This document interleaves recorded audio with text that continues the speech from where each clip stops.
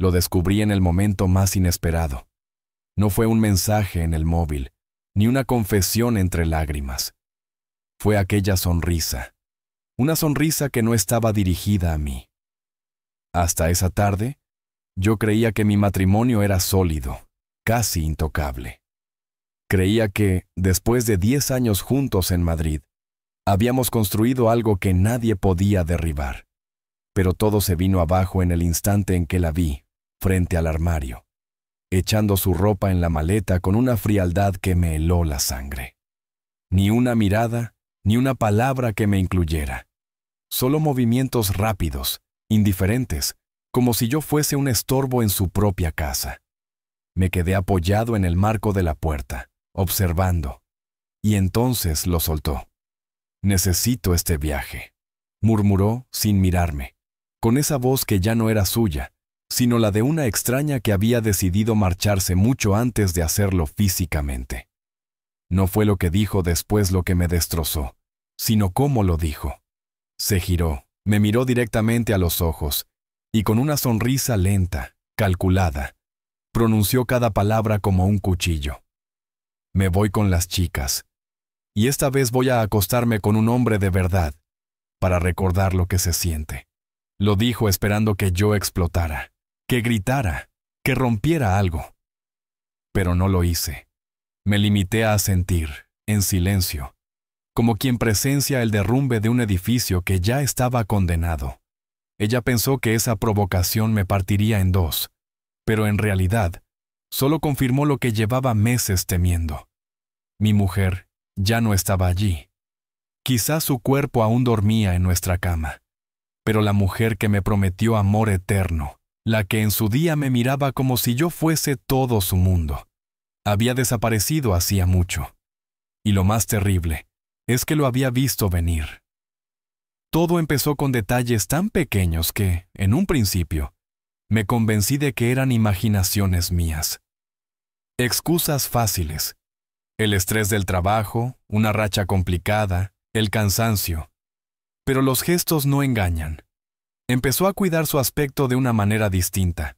Tacones que llevaban años olvidados, maquillaje para salir a comer con las amigas, perfumes caros usados en tardes que, supuestamente, pasaba en cafeterías. Una noche, mientras se retocaba los labios frente al espejo, me acerqué y le dije: «Cariño, estás guapísima». «Gracias», respondió rápido, esquiva, sin ni siquiera mirarme. Y en ese gracias vacío, sentí el primer golpe en el estómago. Después vino el móvil. Antes lo dejaba tirado en la mesa, desbloqueado, con notificaciones saltando sin importancia. Ahora estaba siempre boca abajo, en silencio, protegido por una nueva contraseña. «¿Cuál es tu código?», le pregunté una noche, medio en broma, medio en serio. «Lo he cambiado», contestó sin apartar la vista de la pantalla. «¿Y cuál es?». «Te lo digo luego». Ese luego nunca llegó. Cuando insistí, se encogió de hombros y soltó con desprecio: «Son solo chats de chicas, no te rayes». Pero sus dedos no dejaban de deslizarse rápido sobre la pantalla, acompañados de esa sonrisa nerviosa, pícara, que ya no compartía conmigo. Yo intentaba calmarme, repetirme que estaba exagerando. La amaba, y en un matrimonio la confianza es lo último que se pierde. Pero cada vez había más noches, con las amigas, más excusas, más madrugadas entrando a casa con una luz extraña en los ojos y los labios demasiado rojos, como si guardaran un secreto que yo no merecía conocer. Una madrugada, tropezando en el umbral, la vi quitarse los zapatos con una torpeza inusual. «¿Te lo has pasado bien?», pregunté, intentando sonar despreocupado. Murmuró, sin mirarme, con una sonrisa distinta, más suave, más íntima. Una sonrisa que no era para mí, y ahí lo supe. Ya no era una sospecha, era una certeza. Ella compartía su vida con alguien más, y yo había quedado relegado al papel de espectador en mi propia historia. Aquella mujer que antes me pedía 5 minutos más en la cama, que me rogaba que no apagara Netflix para ver otro capítulo juntos, Se había convertido en una sombra distante. Apenas levantaba la vista cuando entraba por la puerta. Y entonces, ocurrió la noche que lo cambió todo. No fue un plan de espionaje ni una trampa premeditada. Me levanté para beber un vaso de agua, y al pasar por el pasillo, escuché su voz en el salón. Una voz suave, cargada de una ternura que ya no me regalaba a mí. Me quedé paralizado. La escuché susurrar: «No puedo esperar». Y después, una risa ahogada, íntima. «Lo compensaré todo, lo prometo». Él no sospecha nada. El vaso tembló en mi mano. Esa frase fue como una sentencia. No solo me engañaba, me creía un idiota. Estaba convencida de que yo vivía feliz en la ignorancia, de que su teatro era perfecto y yo jamás descubriría la función. En ese instante algo hizo clic dentro de mí. Ya no se trataba de atraparla en pleno acto ni de pedirle explicaciones. Ella había cruzado la línea. Y si pensaba que estaba jugando conmigo, no tardaría en descubrir que se había equivocado de contrincante. A partir de entonces, interpreté mi papel con precisión. Sonrisas fingidas, besos de despedida cuando se marchaba a sus supuestas noches con amigas, gestos de un marido confiado. Le permití creer que todo estaba bajo control, que su pequeño secreto era indetectable. Hasta que llegó el día de las maletas. ¿Estás segura de que no necesitas ayuda con el hotel?, pregunté con una calma calculada, apoyado en el marco de la puerta. Ella ni levantó la cabeza. Estaba absorta en el móvil, despidiéndome con un gesto rápido, como quien aparta una mosca molesta. «No, ya lo tenemos todo organizado». Lo decía convencida de que yo no sabía nada, pero lo sabía todo. Había visto la reserva de hotel a nombre de él, escondida en el historial del navegador. Había encontrado la confirmación de su vuelo en la papelera del ordenador, como si ese escondite infantil pudiera engañarme. No existía ningún viaje con las chicas, solo estaba él. La vi cerrar la maleta con esa satisfacción arrogante, como si estuviera a punto de ganar una partida, y, de repente, volvió a soltar su veneno. «Voy a acostarme con un hombre de verdad, solo para recordar lo que es sentir». Lo dijo con la seguridad de que yo explotaría, de que me derrumbaría a sus pies. Pero no. Me limité a asentir. ¿Bien? Esa palabra simple y seca fue lo que la descolocó. Parpadeó, confusa, esperando un grito, una súplica. No recibió nada. «Te escribiré cuando aterrice», dijo con un atisbo de duda. Yo la miraba como lo que ella era, una desconocida. Ella dudó un instante, luego rodó los ojos, cogió la maleta y salió por la puerta con una última frase lanzada al aire. «No me esperes». La escuché arrastrar la maleta por el pasillo del edificio, convencida de que había ejecutado la traición perfecta. No tenía ni idea de que yo llevaba semanas jugando otra partida. En el mismo momento en que cruzó el umbral, dejó de ser mi esposa, y yo, lejos de quedarme destrozado, ya había empezado a mover mis fichas. Lo primero fue el dinero. Teníamos una cuenta conjunta, un error garrafal por su parte. Ella se había acostumbrado a tirar de esa cuenta para pagar vacaciones, cenas, caprichos, y últimamente lujos que yo sabía perfectamente que no eran para mí. Yo me había preparado en silencio, metódico, preciso. Cada movimiento pensado semanas antes de que ella empezara a llenar la maleta. Comencé a mover mis fichas mucho antes de que ella se subiera a ese avión.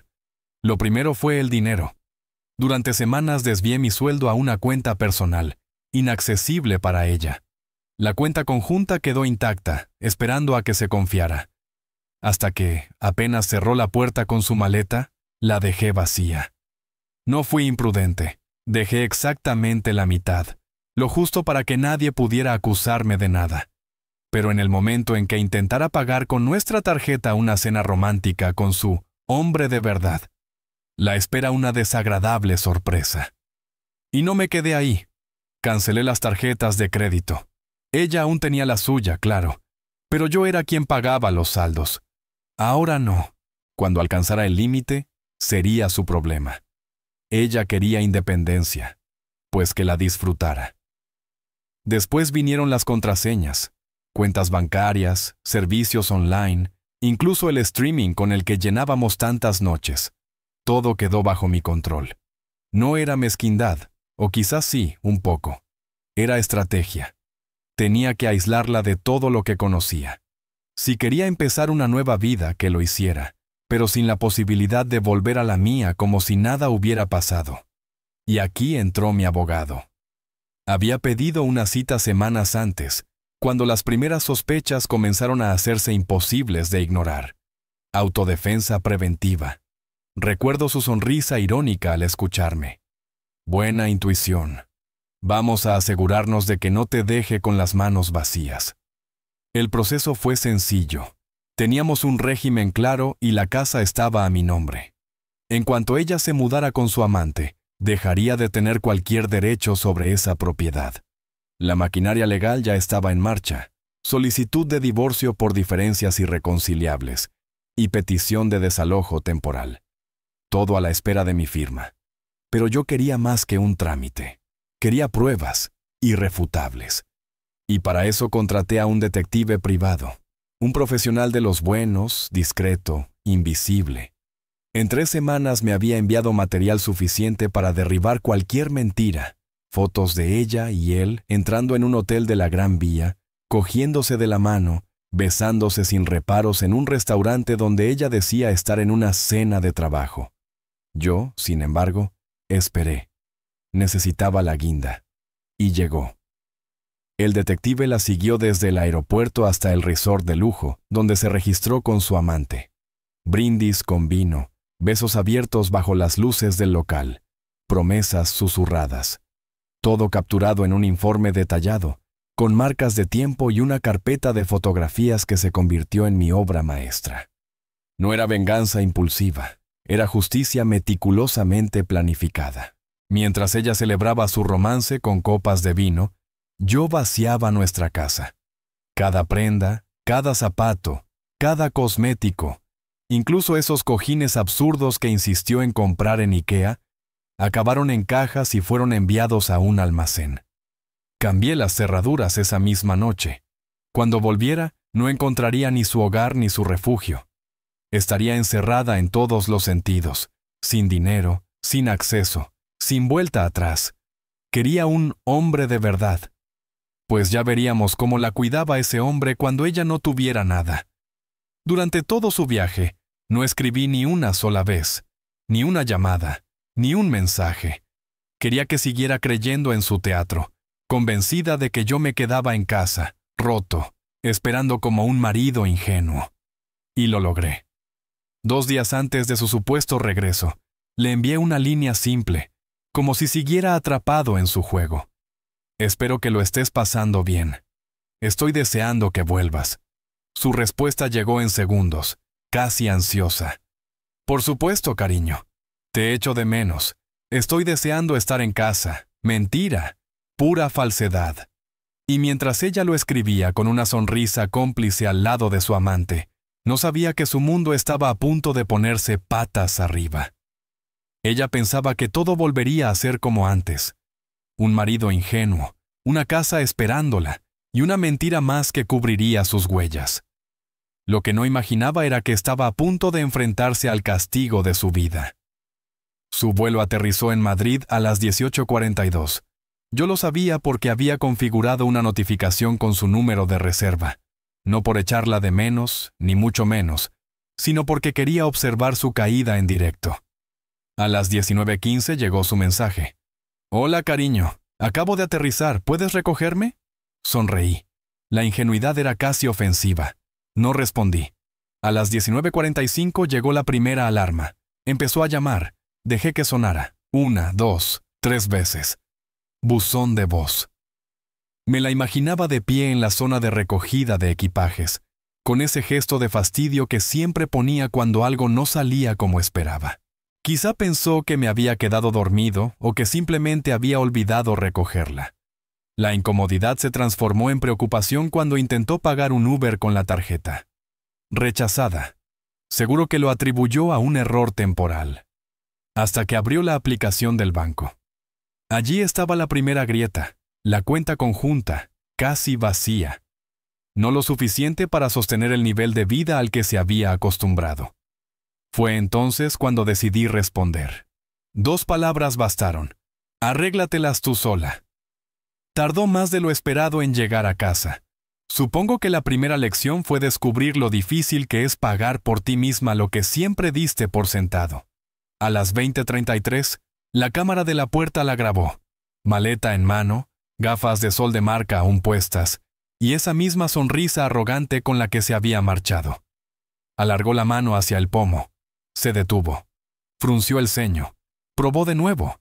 Sacó las llaves. Una, otra. Ninguna encajaba. Lo intentó varias veces hasta que la calma dio paso al nerviosismo. Golpeó la puerta, luego tamborileó con impaciencia. Finalmente, me llamó una y otra vez. Buzón de voz. Le envié otro mensaje, seco como un disparo. Ya no vives aquí. A las 21:00, el disfraz se le cayó por completo. El primer mensaje de voz fue furia. ¿Qué demonios, Dante? ¿Por qué no encaja mi llave? ¿Estás jugando? ¡Déjame entrar! El segundo, aún con un tono de falsa autoridad. En serio, Dante, deja de hacer el ridículo. Abre y hablamos. El tercero ya estaba teñido de pánico. No entiendo qué está pasando. ¿Por qué no respondes? Ahí lo comprendió. Pero yo todavía no había terminado. Esperé el momento justo y envié el mensaje definitivo, preparado desde hacía días. Espero que lo hayas pasado bien. Mientras estabas fuera, solicité el divorcio. Tus cosas están en un almacén, pagado 3 meses. Después te las apañas sola. He cerrado nuestras cuentas conjuntas, cambiado todas las contraseñas y quitado tu acceso a la casa. Mi abogado se pondrá en contacto contigo. No vuelvas a escribirme, salvo por los cauces oficiales. La cámara lo captó todo. Sus dedos temblorosos sosteniendo el móvil, sus ojos repasando una y otra vez el texto, como si las palabras fueran a cambiar. La arrogancia se desmoronó en segundos. Se dejó caer en mi porche, derrotada. Las uñas impecables se clavaron en su propio cuero cabelludo, su cuerpo encogido en un intento desesperado de negar la realidad. Me llamó otra vez. Bloqueada. Escribió. Mensaje no entregado. Sin dinero. Sin casa. Sin nadie a quien acudir. Había querido empezar una nueva vida. Y la había conseguido. Solo que no era la que había imaginado. El hombre real, por el que me había dejado, ya no contestaba. Probablemente había pasado a su siguiente conquista, dejándola abandonada en el pantano que ella misma había creado. Por primera vez en su vida no tenía a dónde huir. La dejé sentada en el porche, bajo la noche fría de Madrid, durante 1 hora. Quería que cada minuto pesara, que se empapara en la realidad de sus decisiones. Cuando por fin salí, ya no quedaba nada de la mujer altiva que se marchó 2 semanas antes. Frente a mí solo estaba una figura derrotada, con el rímel corrido y los ojos rojos. «Por favor», susurró con voz rota. «He cometido un error». La miré en silencio. «Tú misma lo dijiste. Necesitabas un hombre de verdad». Se estremeció, como si mis palabras fueran una bofetada. «No era lo que quería decir. Fue un error. No significaba nada. Solo déjame entrar y hablamos». Negué lentamente. «Ya no hay nada que hablar». «¿Pero a dónde voy a ir?», gimió, con miedo real en la voz. Me encogí de hombros. «Arréglatelas tú sola». Cerré la puerta delante de sus narices. Esa noche comprendió lo que significaba quedarse sin plan B. Ni padres, ni amigas, ni yo para recoger sus pedazos. Al amanecer, revisé la cámara de seguridad. Ahí seguía, acurrucada en un rincón de la entrada, como un cachorro abandonado. Intentó llamar a todo el mundo, pero nadie fue a buscarla. A las 7 de la mañana volvió a golpear mi puerta. «Dante, por favor, solo háblame». La dejé llorar, gritar, suplicar. Y cuando al fin pronunció lo que esperaba, abrí apenas la puerta. Cometí un error. Me crucé de brazos, implacable. ¿Te refieres a dejarme por otro hombre o a burlarte de mí en mi propia cara antes de irte? Su rostro se contrajo. Intentó negar, jurar. Entonces le mostré las fotos del detective, ella riendo, besando, abrazando a otro. Su cara palideció. No era así, balbuceó.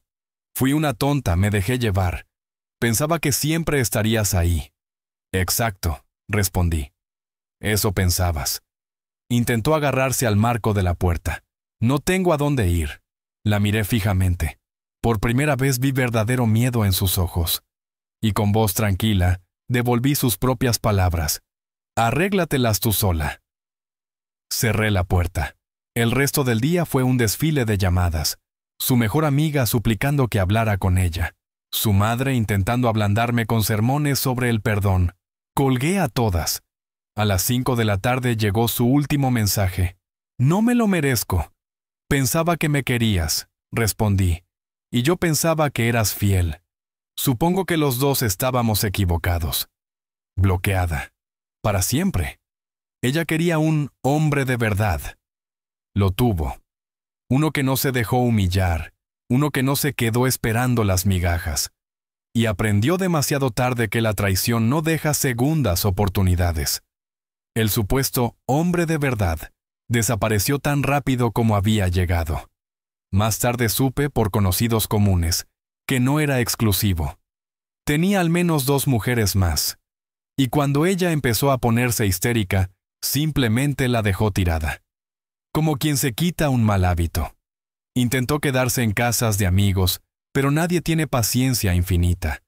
Nadie quería cargar con una mujer llorosa, divorciada, sin dinero para pagar un alquiler.